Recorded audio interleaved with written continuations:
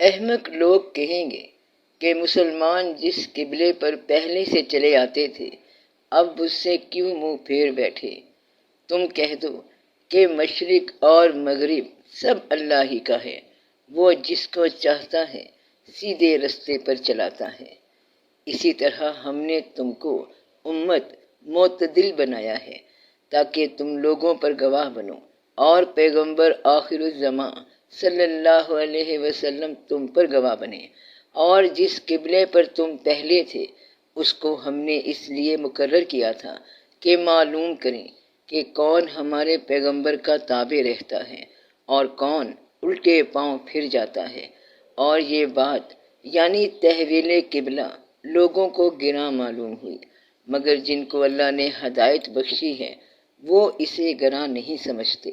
اور اللہ ایسا نہیں کہ تمہارے ایمان کو یوں ہی ضائع کر دے، اللہ تو لوگوں پر بڑا مہربان ہے، صاحب رحمت ہے۔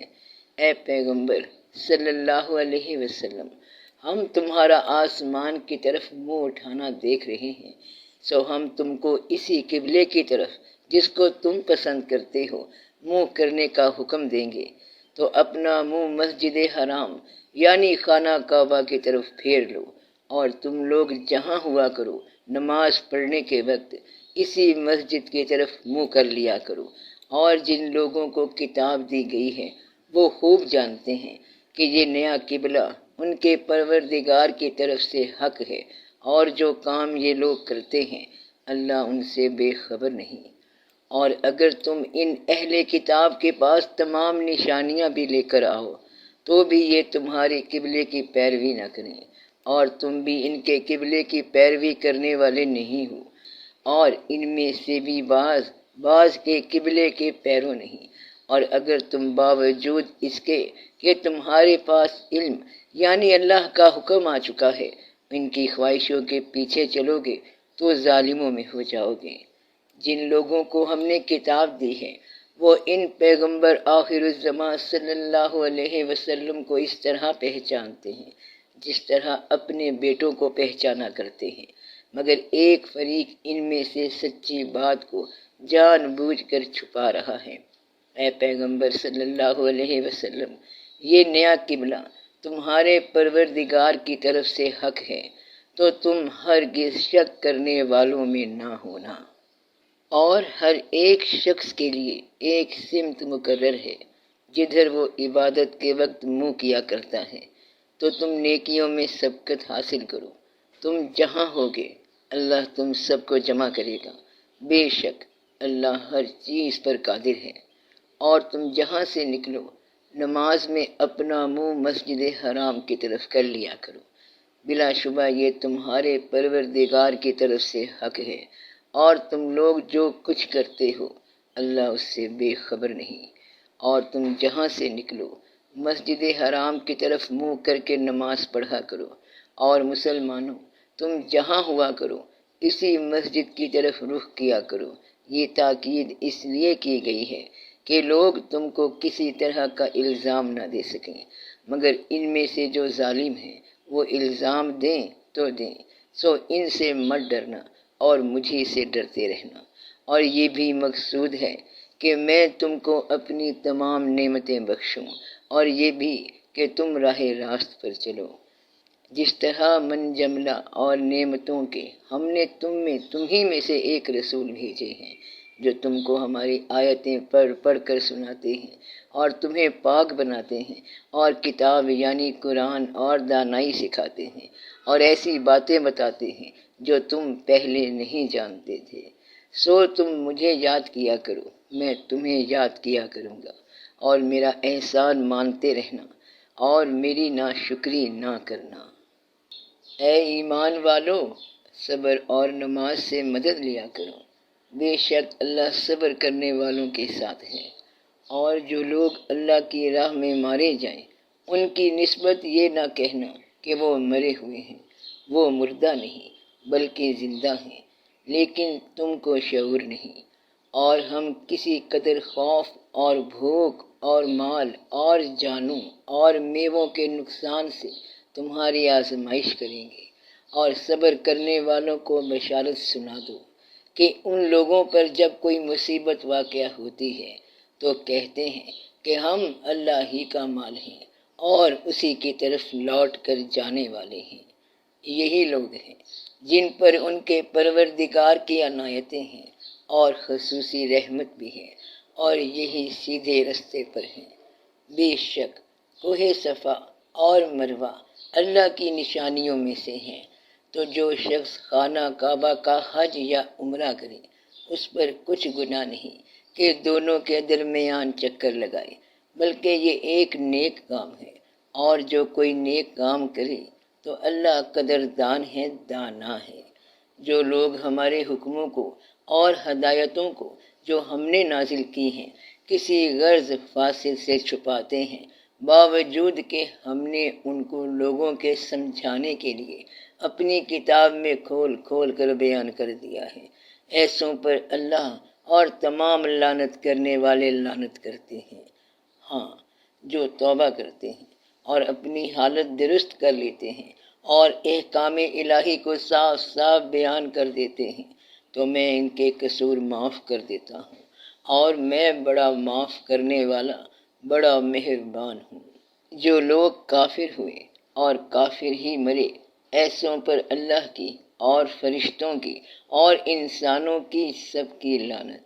وہ ہمیشہ اسی لعنت میں گرفتار رہیں گے، ان سے نہ تو عذاب ہلکا ہی کیا جائے گا اور نہ انہیں کچھ مہلت ملے گی۔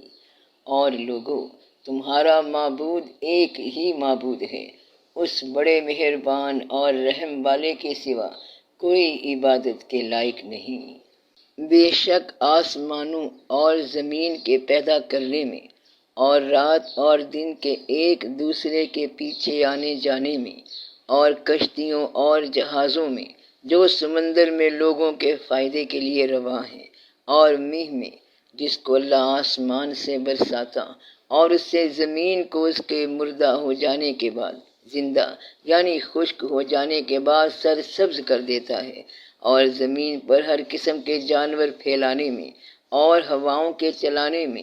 اور بادلوں میں جو آسمان اور زمین کے درمیان گھرے رہتے ہیں، عقل مندوں کے لیے اللہ کی قدرت کی نشانیاں ہیں۔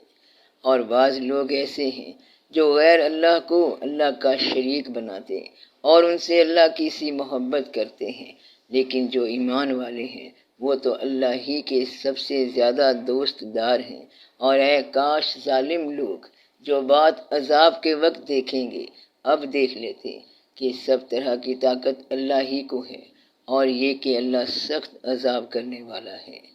اس دن کفر کے پیشوا اپنے پیروکاروں سے بیزاری ظاہر کریں گے اور دونوں عذاب الہی دیکھ لیں گے اور ان کے آپس کے تعلقات منقطع ہو جائیں گے۔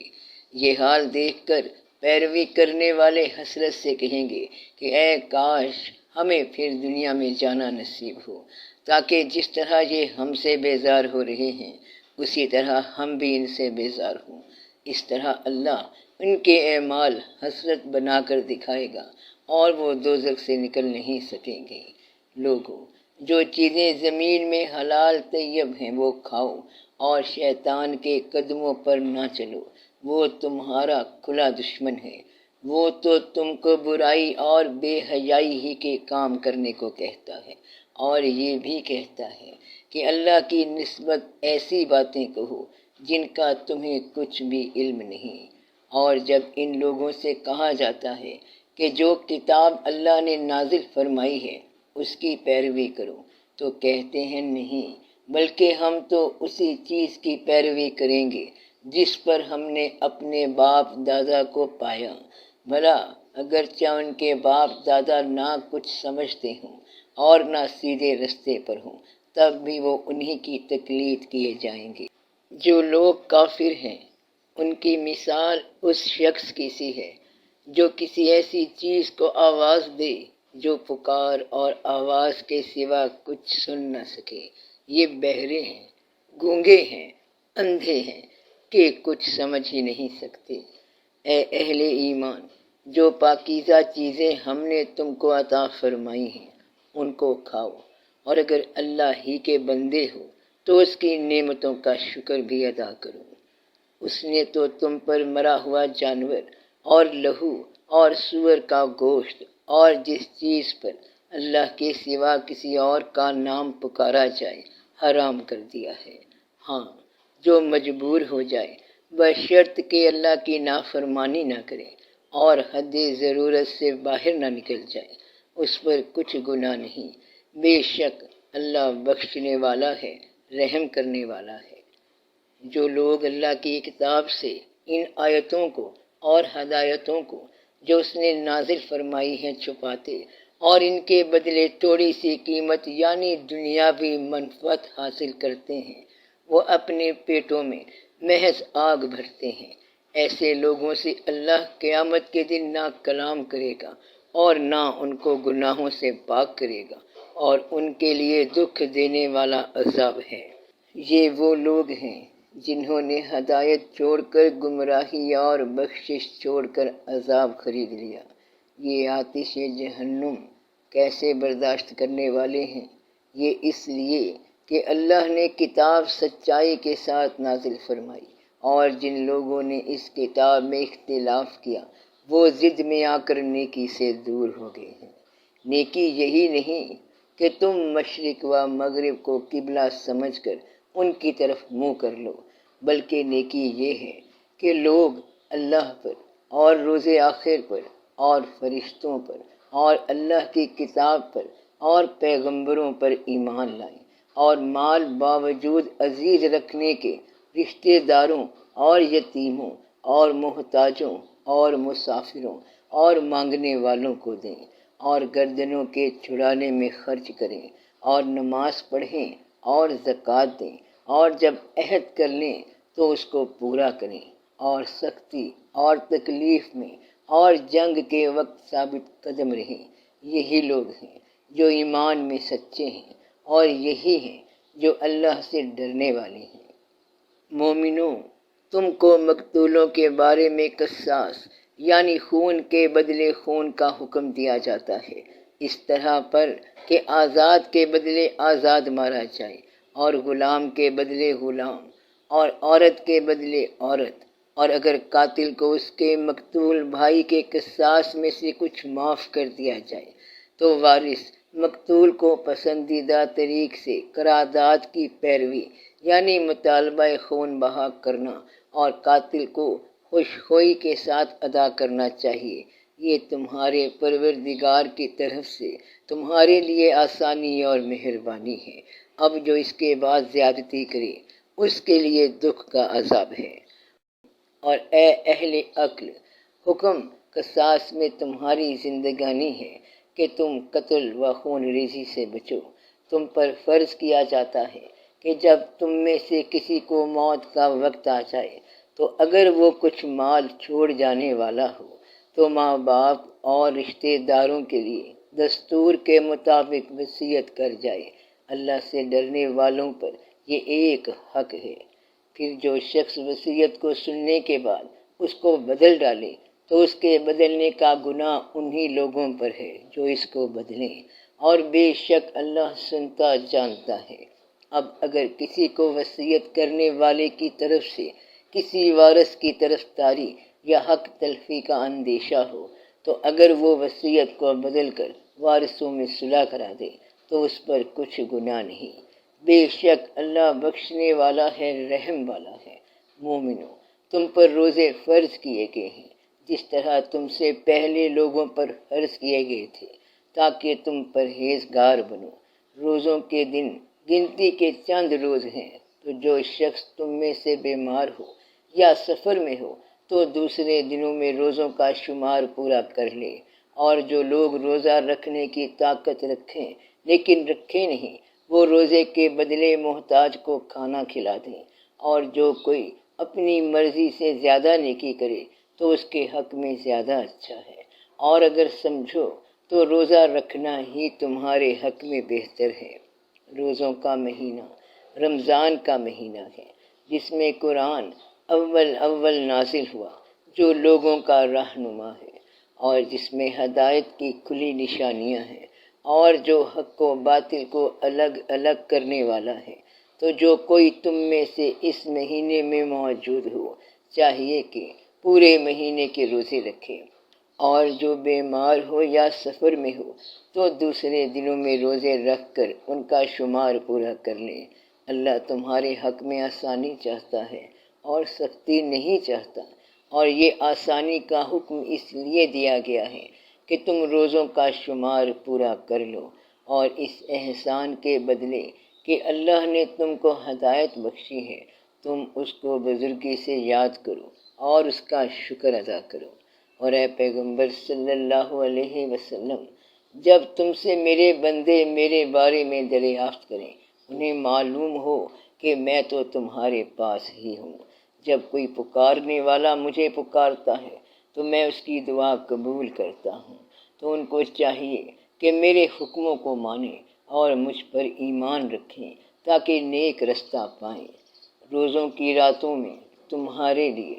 اپنی عورتوں کے پاس جانا جائز کر دیا گیا ہے، وہ تمہاری پوشاک ہیں اور تم ان کی پوشاک ہو۔ اللہ کو معلوم ہے کہ تم ان کے پاس جانے سے اپنے حق میں خیانت کرتے تھے، سو اس نے تم پر مہربانی کی اور تمہاری حرکات سے درگزر فرمائی، تو اب تم کو اختیار ہے کہ ان سے مباشرت کرو، اور اللہ نے جو چیز تمہارے لیے لکھ رکھی ہے یعنی اولاد، اس کو اللہ سے طلب کرو اور کھاؤ اور پیو یہاں تک کہ صبح کی سفید دھاری رات کی سیاہ دھاری سے الگ نظر آنے لگے، پھر روزہ رکھ کر رات تک پورا کرو، اور جب تم مسجدوں میں اعتکاف بیٹھتے ہو تو ان سے مباشرت نہ کرو، یہ اللہ کی حدیں ہیں، ان کے پاس نہ جانا۔ اسی طرح اللہ اپنی آیتیں لوگوں کو سمجھانے کے لیے کھول کھول کر بیان فرماتا ہے تاکہ وہ پرہیزگار بنے،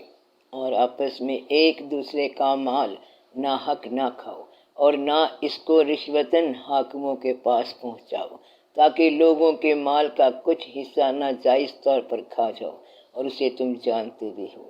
اے پیغمبر صلی اللہ علیہ وسلم، لوگ تم سے نئے چاند کے بارے میں دریافت کرتے ہیں کہ گھٹتا بڑھتا کیوں ہے۔ کہہ دو کہ وہ لوگوں کے کاموں کی میعادیں اور حج کے وقت معلوم ہونے کا ذریعہ ہے، اور نیکی اس بات میں نہیں کہ احرام کی حالت میں گھروں میں ان کے پچھواڑے کی طرف سے آؤ، بلکہ نیکوکار وہ ہے جو پرہیزگار ہو، اور گھروں میں ان کے دروازوں سے آیا کرو، اور اللہ سے ڈرتے رہو تاکہ کامیابی پاؤ۔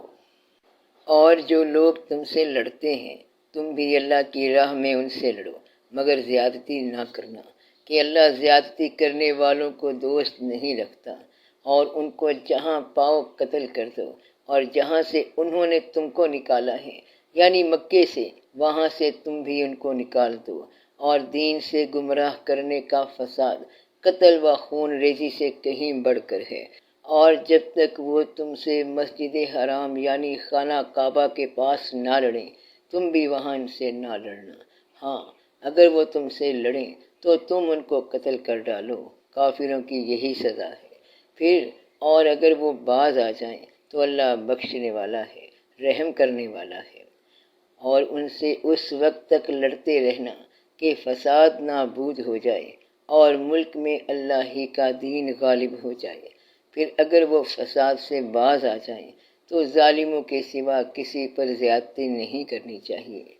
ادب کا مہینہ ادب کے مہینے کے مقابل ہے، اور ادب کی چیزیں ایک دوسرے کا بدلہ ہیں، بس اگر کوئی تم پر زیادتی کرے تو جیسی زیادتی وہ تم پر کرے ویسی ہی تم اس پر کرو، اور اللہ سے ڈرتے رہو، اور جان رکھو کہ اللہ ڈرنے والوں کے ساتھ ہے۔ اور اللہ کی راہ میں مال خرچ کرو، اور اپنے آپ کو ہلاکت میں نہ ڈالو، اور نیکی کرو، بے شک اللہ نیکی کرنے والوں کو دوست رکھتا ہے۔ اور اللہ کی خوشنودی کے لیے حج اور عمرے کو پورا کرو، اور اگر راستے میں روک لیے جاؤ تو جیسی قربانی میسر ہو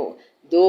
اور جب تک قربانی اپنے مقام پر نہ پہنچ جائے سر نہ منڈاؤ۔ اور اگر کوئی تم میں بیمار ہو یا اس کے سر میں کسی طرح کی تکلیف ہو تو اگر وہ سر منڈوا لے تو اس کے بدلے روزے رکھے یا صدقہ دے یا قربانی کرے۔ پھر جب تکلیف دور ہو کر تم مطمئن ہو جاؤ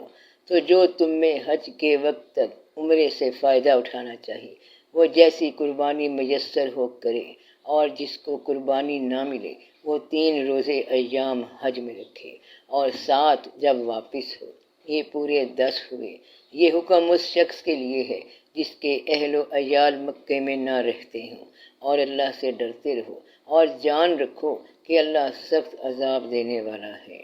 حج کے مہینے معین ہیں جو معلوم ہیں، تو جو شخص ان مہینوں میں حج کی نیت کر لے تو حج کے دنوں میں نہ عورتوں سے اختلاط کرے، نہ کوئی برا کام کرے، اور نہ کسی سے جھگڑے، اور جو نیک کام تم کرو گے وہ اللہ کو معلوم ہو جائے گا، اور زادِ راہ یعنی رستے کا خرچ ساتھ لے جاؤ، کیونکہ بہترین زادِ راہ پرہیزگاری ہے، اور اے اہل عقل مجھے سے ڈرتے رہو۔ اس کا تمہیں کچھ گناہ نہیں کہ حج کے دنوں میں بذریعہ تجارت اپنے پروردگار سے روزی طلب کرو، اور جب عرفات سے واپس ہونے لگو تو مشعر حرام یعنی مزدلفہ میں اللہ کا ذکر کرو، اور اس طرح ذکر کرو جس طرح اس نے تم کو سکھایا، اور اس سے پیشتر تم لوگ ان طریقوں سے محض ناواقف تھے۔ پھر جہاں سے اور لوگ واپس ہوں وہیں سے تم بھی واپس ہو، اور اللہ سے بخشش مانگو، بے شک اللہ بخشنے والا رحمت کرنے والا ہے۔ پھر جب حج کے تمام ارکان پورے کر چکو تو منع میں اللہ کو یاد کرو، جس طرح اپنے باپ دادا کو یاد کیا کرتے تھے، بلکہ اس سے بھی زیادہ۔ اور بعض لوگ ایسے ہیں جو اللہ سے التجا کرتے ہیں کہ اے پروردگار ہم کو جو دینا ہے دنیا ہی میں دے دے، اور ایسے لوگوں کا آخرت میں کچھ حصہ نہیں۔ اور بعض ایسے ہیں کہ دعا کرتے ہیں کہ پروردگار ہم کو دنیا میں بھی نعمت عطا فرما اور آخرت میں بھی نعمت بخشیو، اور دوزخ کے عذاب سے محفوظ رکھیو۔ یہی لوگ ہیں جن کے لیے ان کے کاموں کا حصہ یعنی اجر نیک تیار ہے، اور اللہ جلد حساب لینے والا ہے۔ اور قیام منع کے دنوں میں جو گنتی کے دن ہیں اللہ کو یاد کرو، اگر کوئی جلدی کرے اور 2 ہی دن میں چل دے تو اس پر بھی کچھ گناہ نہیں، اور جو بات تک ٹھہرا رہے اس پر بھی کچھ گناہ نہیں۔ یہ باتیں اس شخص کے لیے ہیں جو اللہ سے ڈرے، اور تم لوگ اللہ سے ڈرتے رہو، اور جان رکھو کہ تم سب اس کے پاس جمع کیے جاؤ گے۔ اور کوئی شخص تو ایسا ہے جس کی گفتگو دنیا کی زندگی میں تم کو دلکش معلوم ہوتی ہو، اور وہ اپنے ما فی الضمیر پر یعنی اس بات پر جو اس کے دل میں ہے اللہ کو گواہ بناتا ہے، حالانکہ وہ سخت جھگڑالو ہے، اور جب پیٹھ پھیر کر چلا جاتا ہے تو زمین میں دوڑتا پھرتا ہے تاکہ اس میں فتنہ انگیزی کرے اور کھیتی کو برباد اور انسانوں اور حیوانوں کی نسل کو نابود کر دے، اور اللہ فتنہ انگیزی کو پسند نہیں کرتا۔ اور جب اس سے کہا جاتا ہے کہ اللہ سے خوف کر تو غرور اس کو گناہ میں پھنسا دیتا ہے، سو اس کو جہنم کافی ہے، اور وہ بہت برا ٹھکانہ ہے۔ اور کوئی شخص ایسا ہے کہ اللہ کی خوشنودی حاصل کرنے کے لیے اپنی جان بیچ ڈالتا ہے، اور اللہ بندوں پر بہت مہربان ہے۔ مومنو، اسلام میں پورے داخل ہو جاؤ اور شیطان کے پیچھے نہ چلو، وہ تو تمہارا کھلا دشمن ہے۔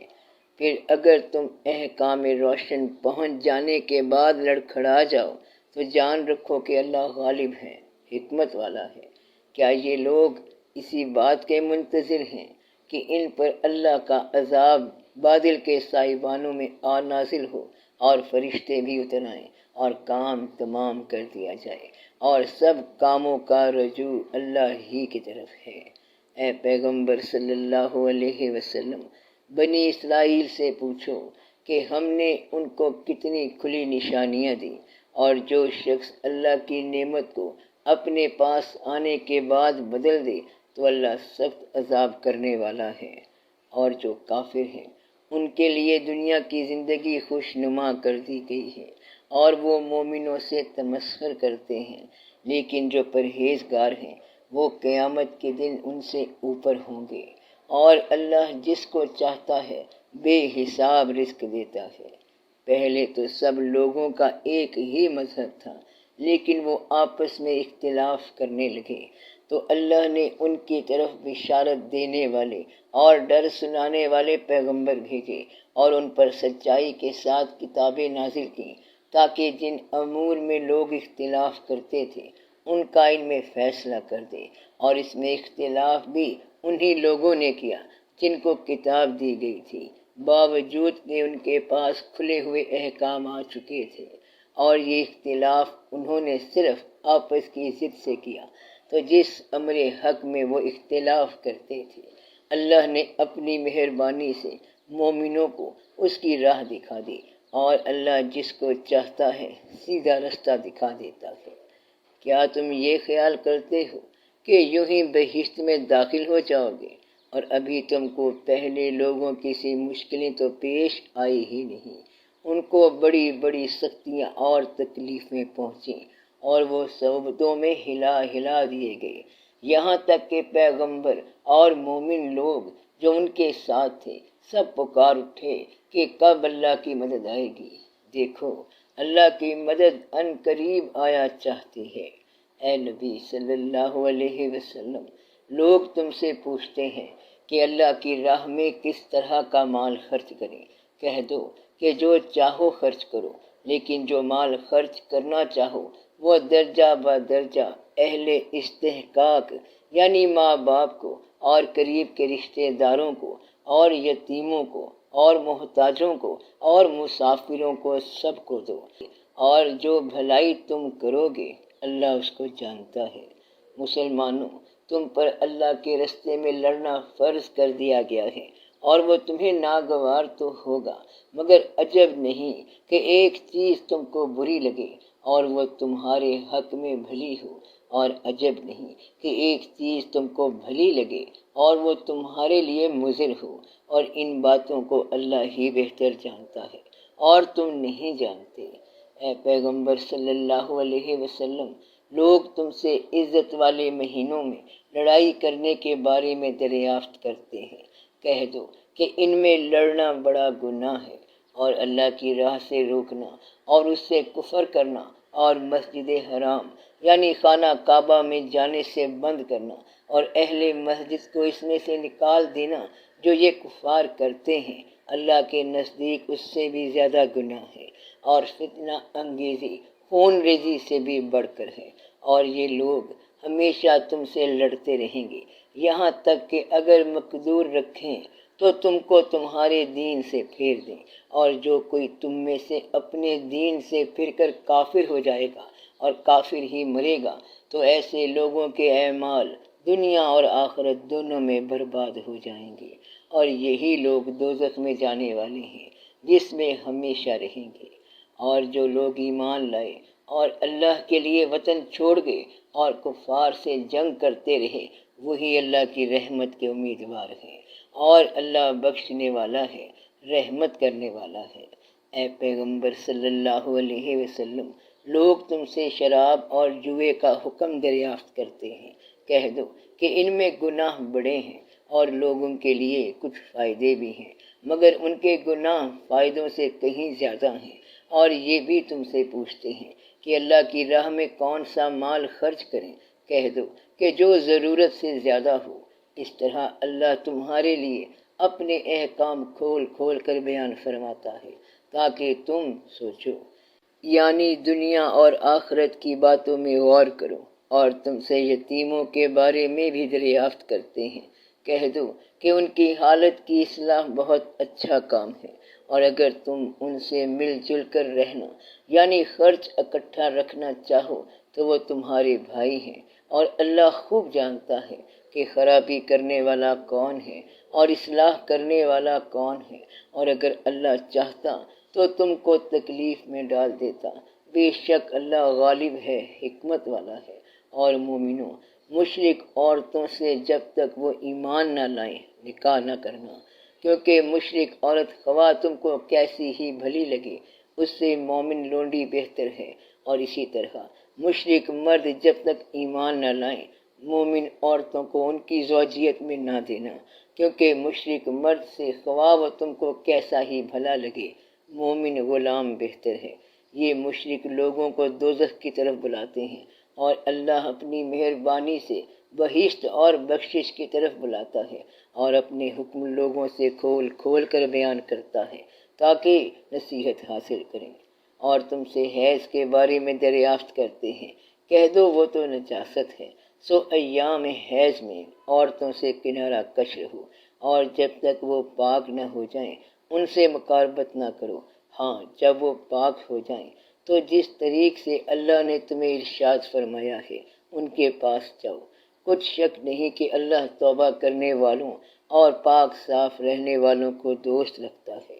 تمہاری عورتیں تمہاری کھیتی ہیں، تو اپنی کھیتی میں جس طرح چاہو جاؤ اور اپنے لیے نیک عمل آگے بھیجو اور اللہ سے ڈرتے رہو، اور جان رکھو کہ ایک دن تمہیں اس کے روبرو حاضر ہونا ہے۔ اور اے پیغمبر، ایمان لانے والوں کو بشارت سنا دو، اور اللہ کے نام کو اس بات کا ہیلا نہ بنانا کہ اس کی قسمیں کھا کھا کر سلوک کرنے اور پرہیزگاری کرنے اور لوگوں میں صلح و سازگاری کرانے سے رک جاؤ، اور اللہ سب کچھ سنتا ہے، جانتا ہے۔ اللہ تمہاری لغو قسموں پر تم سے مواخذہ نہیں کرے گا، لیکن جو قسمیں تم قصد دلی سے کھاؤ گے ان پر مواخذہ کرے گا، اور اللہ بخشنے والا ہے، بردبار ہے۔ جو لوگ اپنی عورتوں کے پاس جانے کی قسم کھا لیں ان کو 4 مہینے تک انتظار کرنا چاہیے۔ اگر اس عرصے میں قسم سے رجوع کر لیں تو اللہ بخشنے والا ہے، مہربان ہے، اور اگر طلاق کا ارادہ کر لیں تو بھی اللہ سنتا ہے، جانتا ہے۔ اور طلاق والی عورتیں 3 حیض تک اپنے تئیں روکے رہیں، اور اگر وہ اللہ اور روز قیامت پر ایمان رکھتی ہیں تو ان کو جائز نہیں کہ اللہ نے جو کچھ ان کے شکم میں پیدا کیا ہے اس کو چھپائیں، اور ان کے خاوند اگر پھر موافقت چاہیں تو اس مدت میں وہ ان کو اپنی زوجیت میں لے لینے کے زیادہ حقدار ہیں۔ اور عورتوں کا حق مردوں پر ویسا ہی ہے جیسے دستور کے مطابق مردوں کا حق عورتوں پر ہے، البتہ مردوں کو عورتوں پر 1 درجہ فضیلت ہے، اور اللہ غالب ہے، صاحب حکمت ہے۔ طلاق صرف 2 بار ہے، یعنی جب 2 دفعہ طلاق دے دی جائے تو پھر عورتوں کو یا تو بطریق شائستہ نکاح میں رہنے دینا ہے یا بھلائی کے ساتھ چھوڑ دینا، اور یہ جائز نہیں کہ جو مہر تم ان کو دے چکے ہو اس میں سے کچھ واپس لے لو۔ ہاں اگر زن و شوہر کو خوف ہو کہ وہ اللہ کی حدوں کو قائم نہیں رکھ سکیں گے، تو اگر عورت خاوند کے ہاتھ سے رہائی پانے کے بدلے میں کچھ دے ڈالے تو دونوں پر کچھ گناہ نہیں۔ یہ اللہ کی مقرر کی ہوئی حدیں ہیں، ان سے باہر نہ نکلنا، اور جو لوگ اللہ کی حدوں سے باہر نکل جائیں گے وہ گناہ گار ہوں گے۔ پھر اگر شوہر 2 طلاقوں کے بعد تیسری طلاق عورت کو دے دے تو اس کے بعد جب تک عورت کسی دوسرے شخص سے نکاح نہ کر لے اس پہلے شوہر پر حلال نہ ہوگی۔ ہاں اگر دوسرا خاوند بھی طلاق دے دے اور عورت اور پہلا خاوند پھر ایک دوسرے کی طرف رجوع کر لیں تو ان پر کچھ گناہ نہیں، بشرط کہ دونوں یقین کریں کہ اللہ کی حدوں کو قائم رکھ سکیں گے، اور یہ اللہ کی حدیں ہیں، ان کو وہ ان لوگوں کے لیے بیان فرماتا ہے جو علم رکھتے ہیں۔ اور جب تم عورتوں کو 2 دفعہ طلاق دے چکو اور ان کی عدت پوری ہو جائے تو انہیں یا تو حسن سلوک سے نکاح میں رہنے دو یا بطریق شائستہ رخصت کر دو، اور اس نیت سے ان کو نکاح میں نہ رہنے دینا چاہیے کہ انہیں تکلیف دو اور ان پر زیادتی کرو، اور جو ایسا کرے گا وہ اپنا ہی نقصان کرے گا۔ اور اللہ کے احکام کو ہنسی اور کھیل نہ بناؤ، اور اللہ نے تم کو جو نعمتیں بخشی ہیں اور تم پر جو کتاب اور دانائی کی باتیں نازل کی ہیں جن سے وہ تمہیں نصیحت فرماتا ہے ان کو یاد کرو، اور اللہ سے ڈرتے رہو، اور جان رکھو کہ اللہ ہر چیز سے واقف ہے۔ اور جب تم عورتوں کو طلاق دے چکو اور ان کی عدت پوری ہو جائے تو ان کو اپنے شوہروں کے ساتھ جب وہ آپس میں جائز طور پر راضی ہو جائیں نکاح کرنے سے مت روکو۔ اس حکم سے اس شخص کو نصیحت کی جاتی ہے جو تم میں اللہ اور روز آخر پر یقین رکھتا ہے۔ یہ تمہارے لیے نہایت خوب اور بہت پاکیزگی کی بات ہے، اور اللہ جانتا ہے اور تم نہیں جانتے۔ اور مائیں اپنے بچوں کو پورے 2 سال دودھ پلائیں، یہ حکم اس شخص کے لیے ہے جو پوری مدت تک دودھ پلوانا چاہے، اور دودھ پلانے والی ماؤں کا کھانا اور کپڑا دستور کے مطابق باپ کے ذمے ہوگا۔ کسی شخص کو اس کی طاقت سے زیادہ تکلیف نہیں دی جاتی، تو یاد رکھو کہ نہ تو ماں کو اس کے بچے کے سبب نقصان پہنچایا جائے اور نہ باپ کو اس کی اولاد کی وجہ سے نقصان پہنچایا جائے، اور اسی طرح نان و نفقہ بچے کے وارث کے ذمے ہے، اور اگر دونوں یعنی ماں باپ آپس کی رضامندی اور صلاح سے بچے کا دودھ چھڑانا چاہیں تو ان پر کچھ گناہ نہیں، اور اگر تم اپنی اولاد کو دودھ پلوانا چاہو تو تم پر کچھ گناہ نہیں، بشرط کہ تم دودھ پلانے والیوں کو دستور کے مطابق ان کا حق جو تم نے دینا طے کیا تھا دے دو، اور اللہ سے ڈرتے رہو، اور جان رکھو کہ جو کچھ تم کرتے ہو اللہ اس کو دیکھ رہا ہے۔ اور جو لوگ تم میں سے مر جائیں اور عورتیں چھوڑ جائیں تو عورتیں 4 مہینے اور 10 دن اپنے آپ کو روکے رہیں، اور جب یہ عدت پوری کر چکیں اور اپنے حق میں پسندیدہ کام یعنی نکاح کر لیں تو تم پر کچھ گناہ نہیں، اور اللہ تمہارے سب کاموں سے واقف ہے۔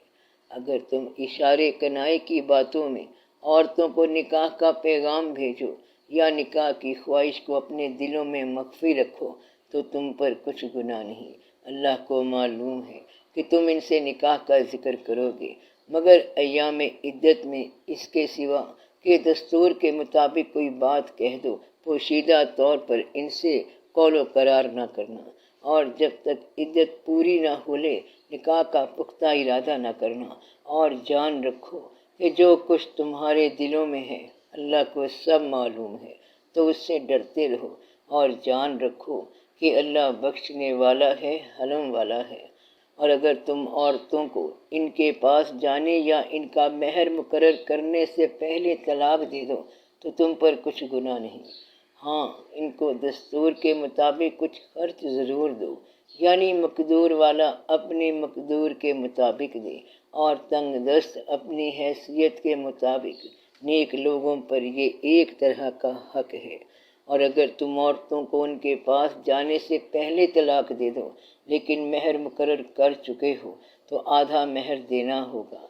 ہاں اگر عورتیں مہر بخش دیں یا مرد جن کے ہاتھ میں عقد نکاح ہے اپنا حق چھوڑ دیں اور پورا مہر دے دیں تو ان کو اختیار ہے، اور اگر تم مرد لوگ ہی اپنا حق چھوڑ دو تو یہ پرہیزگاری کی بات ہے، اور آپس میں بھلائی کرنے کو فراموش نہ کرنا، کچھ شک نہیں کہ اللہ تمہارے سب کاموں کو دیکھ رہا ہے۔ مسلمانوں، سب نمازیں خصوصاً بیچ کی نماز یعنی نماز عصر پورے اہتمام کے ساتھ ادا کرتے رہو اور اللہ کے آگے ادب سے کھڑے رہا کرو۔ پھر اگر تم خوف کی حالت میں ہو تو پیادے یا سوار جس حال میں ہو نماز پڑھ لو، پھر جب امن و اطمینان ہو جائے تو جس طریق سے اللہ نے تم کو سکھایا ہے جو تم پہلے نہیں جانتے تھے اللہ کو یاد کرو، اور جو لوگ تم میں سے مر جائیں اور عورتیں چھوڑ جائیں وہ اپنی عورتوں کے حق میں وصیت کر جائیں کہ ان کو 1 سال تک خرچ دیا جائے اور گھر سے نہ نکالی جائیں، ہاں اگر وہ خود گھر سے چلی جائیں اور اپنے حق میں پسندیدہ کام یعنی نکاح کر لیں تو تم پر کچھ گناہ نہیں، اور اللہ زبردست ہے، حکمت والا ہے۔ اور متعلقہ عورتوں کو بھی دستور کے مطابق نان و نفقہ دینا چاہیے، پرہیزگاروں پر یہ بھی حق ہے۔ اسی طرح اللہ اپنے احکام تمہارے لیے بیان فرماتا ہے تاکہ تم سمجھو۔ بھلا تم نے ان لوگوں کو نہیں دیکھا جو شمار میں ہزاروں ہی تھے اور موت کے ڈر سے اپنے گھروں سے نکل بھاگے تھے، تو اللہ نے ان کو حکم دیا کہ مر جاؤ، پھر ان کو زندہ بھی کر دیا۔ کچھ شک نہیں کہ اللہ لوگوں پر مہربانی رکھتا ہے، لیکن اکثر لوگ شکر نہیں کرتے۔ اور مسلمانوں، اللہ کی راہ میں جہاد کرو اور جان رکھو کہ اللہ سب کچھ سنتا ہے، سب کچھ جانتا ہے۔ کون ہے کہ اللہ کو قرض حسنہ دے کہ وہ اس کے بدلے اس کو کئی گنا زیادہ دے گا، اور اللہ ہی روزی کو تنگ کرتا اور وہی اسے کشادہ کرتا ہے، اور تم اسی کی طرف لوٹ کر جاؤ گے۔ بھلا تم نے بنی اسرائیل کی ایک جماعت کو نہیں دیکھا جس نے موسیٰ کے بعد اپنے پیغمبر سے کہا کہ آپ ہمارے لیے ایک بادشاہ مقرر کر دیں تاکہ ہم اللہ کی راہ میں جہاد کریں۔ پیغمبر نے کہا کہ اگر تم کو جہاد کا حکم دیا جائے تو ایسا تو نہیں کہ لڑنے سے پہلے پہلو تہی کرو۔ وہ کہنے لگے کہ ہم اللہ کی راہ میں کیوں نہ لڑیں گے جبکہ ہم وطن سے خارج اور بال بچوں سے جدا کر دیے گئے ہیں۔ پھر جب ان کو جہاد کا حکم دیا گیا تو چند اشخاص کے سوا سب پھر گئے،